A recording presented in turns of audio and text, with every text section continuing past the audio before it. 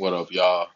It's Eternal Authenticity broadcasting live, doing a continuation of just more principles for a healthy, true, loving relationship. So we're going to start off with faithfulness is number one, or I guess technically you can say number six, because I already did five, and the video is uploading now, and whatever. So I'm doing this. I'm starting off with faithfulness regardless. So faithfulness, it's just common sense, common sense, common sense, common sense. If you have a boyfriend, if you have a girlfriend, if you have a husband, if you have a wife, common sense, whatever y'all agree upon. If y'all agree, hey, let's just focus on each other and keep each other as a priority and build our life from that, let's do it, and move forward with that. Some people do open relationships, polygamy. They want to have a whole bunch of husbands, a whole bunch of wives, to each his own.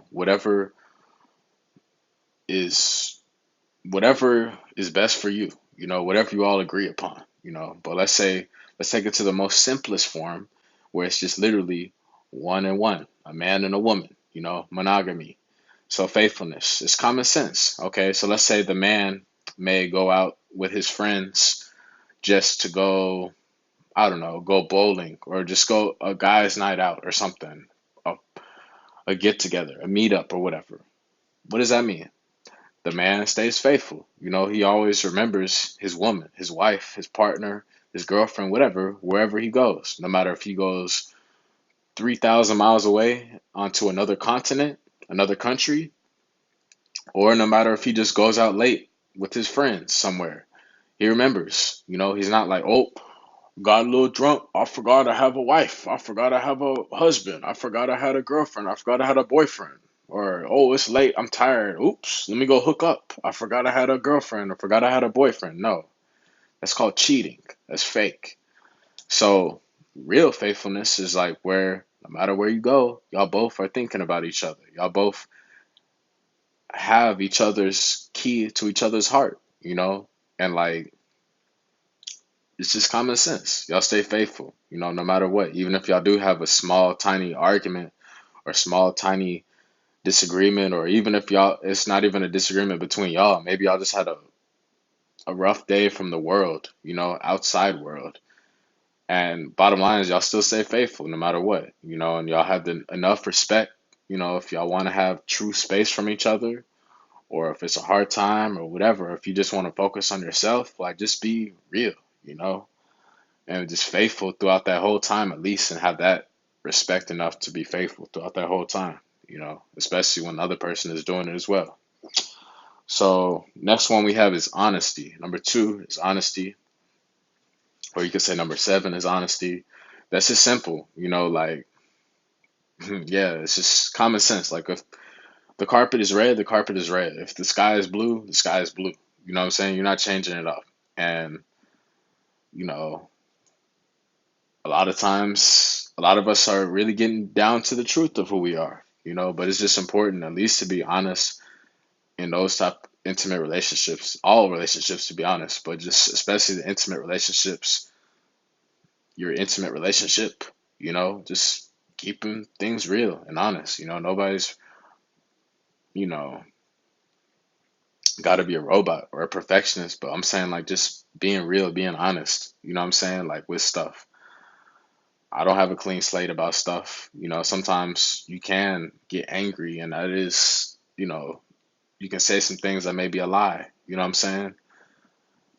And but what I mean is just honesty in general, how you feel. Like if you're with the woman, if you're with the man, and just be real, be honest. Okay, I'm going to school, or okay, I love you, or okay, I feel like we need to go slower, or okay, I love how we are together, or oh, okay, I need to have some space, or whatever, like all these different things.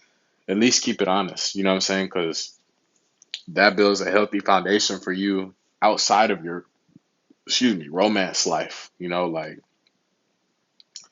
sometimes, like there might be just random people in the world that you're not intimately or romantically connected with, and you realize to continue being honest, there too.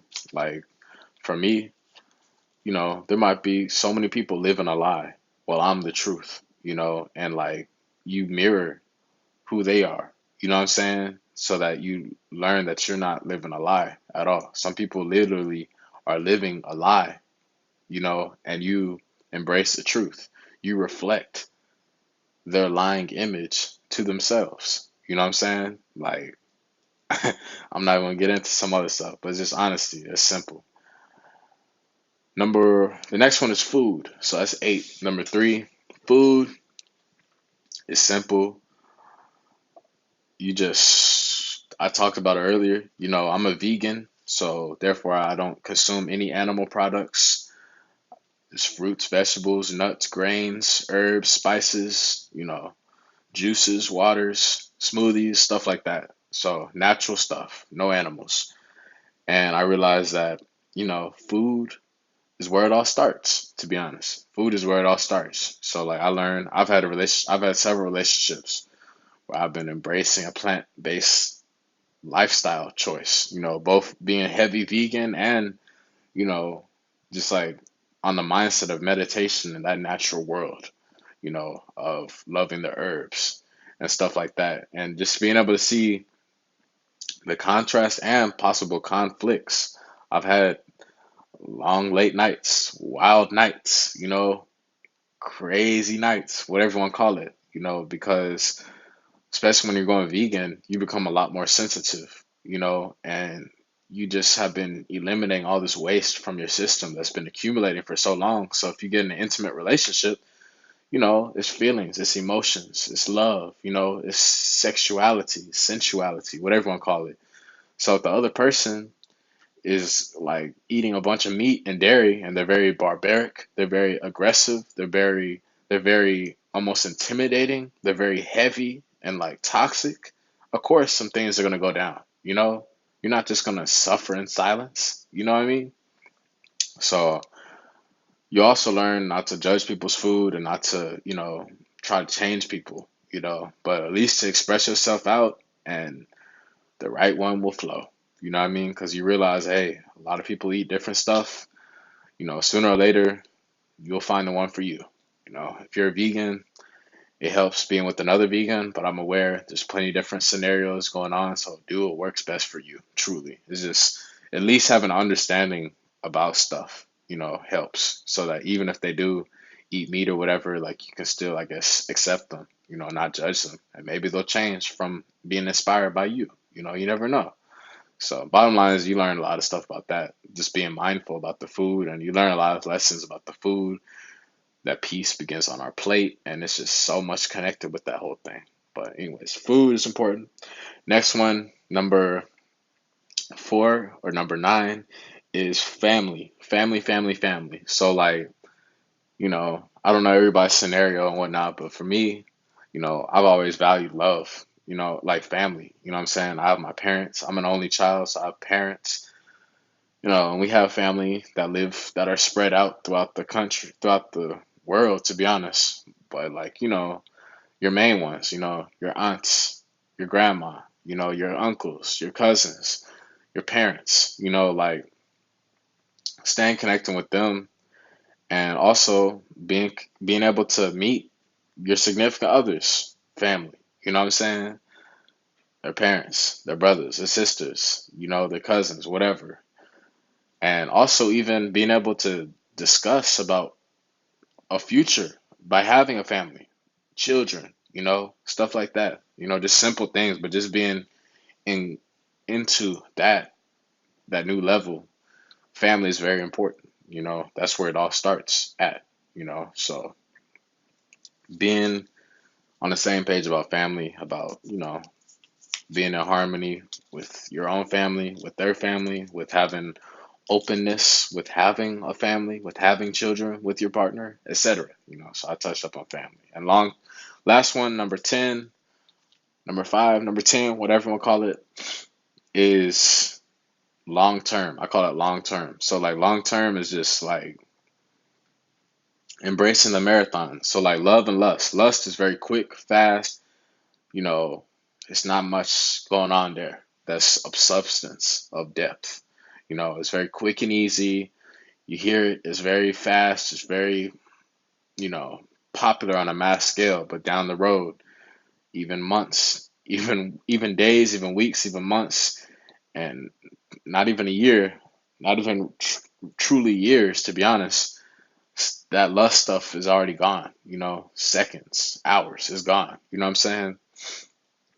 It's not built on something solid. But when you embrace the love, which is responsibility, which is long term, you realize that life is a marathon. You slow down, you gather your faculties and prepare yourself for this long journey. And you're looking to share that with your intimate partner, your romantic partner, long term mindset.